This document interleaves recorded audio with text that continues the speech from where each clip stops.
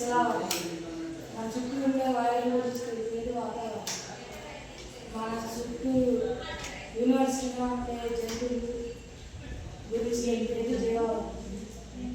మన చుట్టూ రాళ్ళు పట్టు చెప్పేది శిలావరణం. జలవరణం మన చుట్టూ ఉన్న వాతావరణం గురించి మన వాతావరణంలో గాలి అనేది చాలా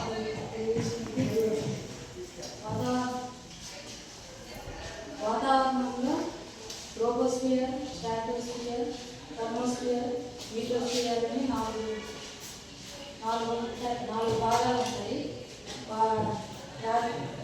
ట్రోపోస్ఫియర్ 0 to 11 కిలోమీటర్స్ ఉంటుంది. స్ట్రాటోస్ఫియర్ 11 to 55 కిలోమీటర్స్ ఉంటుంది. దీంట్లోనే ఓజోన్ పొర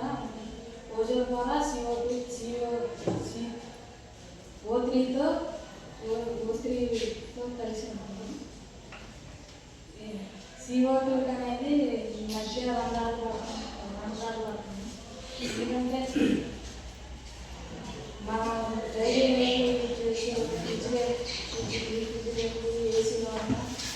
ఏసీ నుంచి రిలీజ్ అయ్యే క్లోరో కార్బన్ వల్ల O3తో రియాక్ట్ అయ్యి O3ని O2గా కన్వర్ట్ చేసి ఓజోన్ పొరకి రంధ్రాలు పడేలా చేస్తుంది.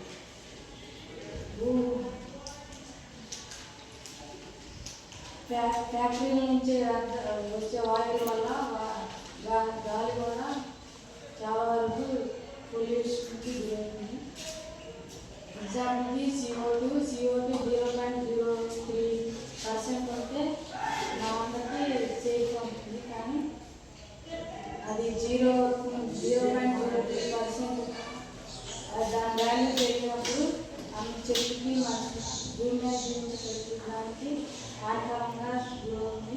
చెట్లు కారణం CO3 కారణం వల్ల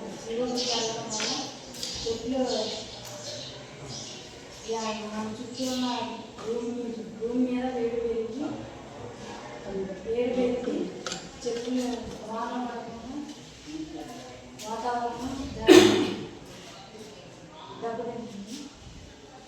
వాటర్ పొల్యూషన్ వచ్చేటప్పుడు మన డైలీ లైఫ్లో వాహనాల నుంచి వచ్చే గ్యాస్ వాయువుల వల్ల వాయువులు పైకి వెళ్ళి మేఘాల్లో ఉండే నీటి అనువులతో రియాక్ట్ అయ్యి యాసిడ్ రేన్స్ అనేది దీనివల్లనే తాపమానాలు బయట నుంచి ఎల్లో కలర్ మారింది.